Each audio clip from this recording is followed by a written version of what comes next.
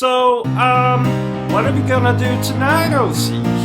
Well, the same thing we try to do every night, Bertram. Take over the world. I mean, YouTube. Take over YouTube. Ladies and gentlemen, boys and girls, welcome to Obsessive Compulsive Gaming. I am the Obsessive Compulsive Gamer, joined once again by my faithful manservant / factotum Bertram. Say hello, Bertram. Hello, Bertram. And this is my re-review for Cyberpunk 2077. So, disclaimer, dear viewer, even though I have previously shit on this game, you are about to hear some scathing critique of the game. Again. What does scathing mean?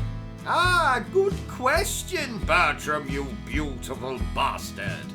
Scathing means I am going to cover this game in gasoline, set it on fire, and then urinate on the ashes.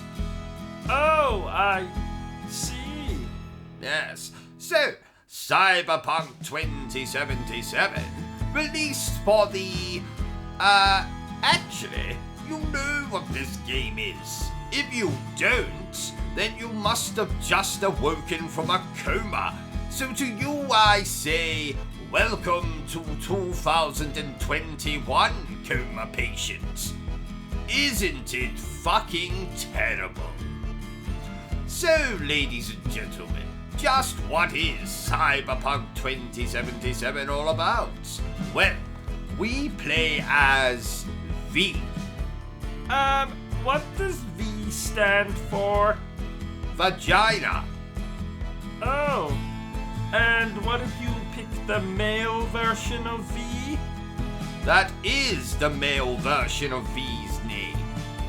Oh, and if you pick the female version of V? Very nice vagina. Well, I'm sure it is, but what's her name? That is her name. Oh! Yes. Now, V is about as interesting as a party political broadcast.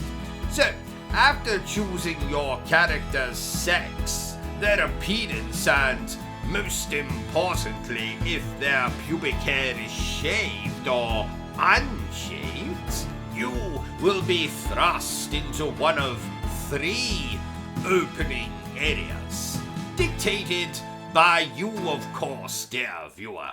Now, I personally chose the corporate backstory myself, but I could have chosen Nomad, which is code for commoner, or City, which is code for drug addict, or perhaps prostitute. So, after the prologue, you are thrust into Night City, and the real story begins. Now, I won't spoil it for you, but unless you have just awoken from a coma, like that other chap I was talking about, then you know that less than 3 hours into the game, your sidekick will get a very bad case of death and will be replaced shortly after by that terrible actor from Bram Stoker's Dracula. I don't think people associate him with that. Oh, dangerous liaisons? Parenthood? Much ado about nothing? The Watcher? The Gift? I think he was in something more famous than them. Oh, I know! The SpongeBob movie, Sponge on the Run. Better? Anyway, he becomes your sidekick, And what a pain in the backside he is. Oh, so you got very close to him? In a sexual sense? What? No, of course not. I mean, he's annoying. Oh! Why? What did you mean? Nothing. Now, I should have said this at the start of the review, dear viewer, but I played the game on my beautiful PlayStation 5 this time. And was it different? No, my beautiful PlayStation 5 is the same as it's always been. No. Was Cyberpunk 2077 different on the PlayStation 5? Ah, no. No, it was not. Nicer looking, I suppose, but looks aren't everything. Just look at your mother, Bertram. Lovely to look at, but has awful body odor. My mother is dead. Yes, what's your point? Nothing. Good. So, let's reiterate every flaw I covered in my last review, whether they were present this time or not. Isn't that disingenuous? Oh, thank you, Bertram. I am a genius. No, I said... Silence, village idiots.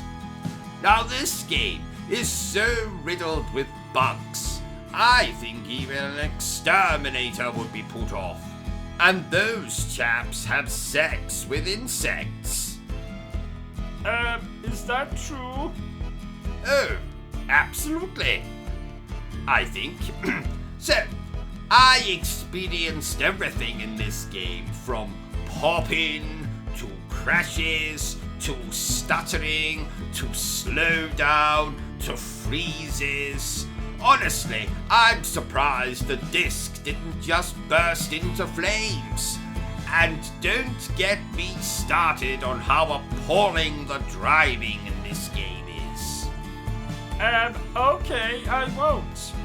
Ah, well, okay then. Yes. Good. Now, can you believe this game was in development for 8 years?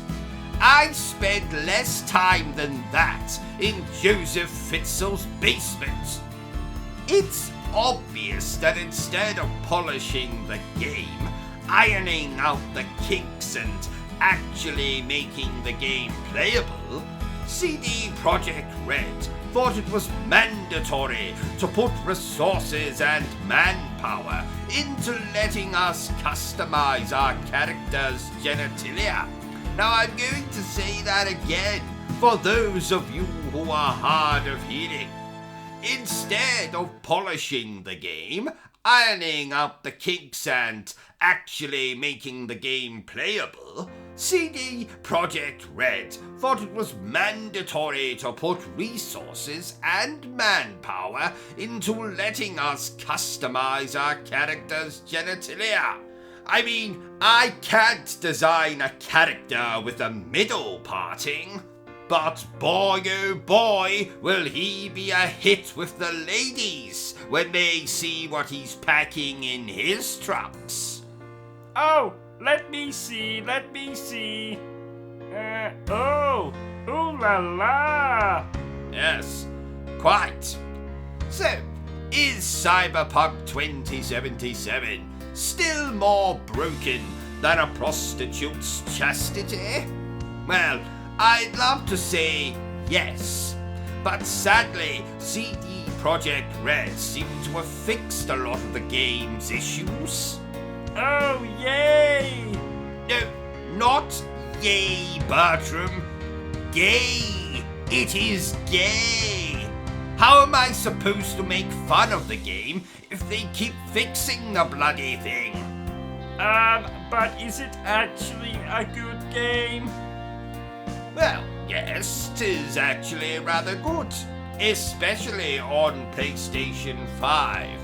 Therefore, I'm going to give Cyberpunk 2077 an 8 out of 10. Well, haha, there you have it, ladies and gentlemen. My re-review for Cyberpunk 2077. If you've enjoyed this little review of mine, don't forget to give me a thumbs up. If you haven't enjoyed it, well then, feel free to give me a thumbs down. Don't forget to hit that bloody like, subscribe, bell button thingy.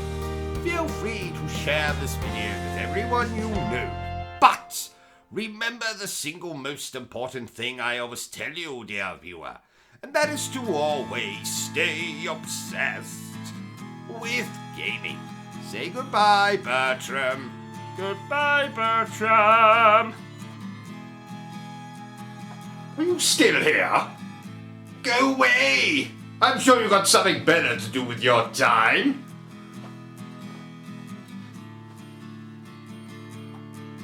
No, seriously, piss off!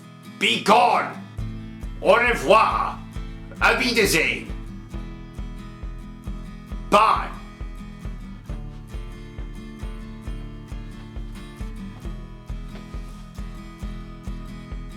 What in the hell is wrong with you? Go away! Vacate this space! Hit the cross at the top of the screen! The video is done! It's over! It's finito! It's caputo!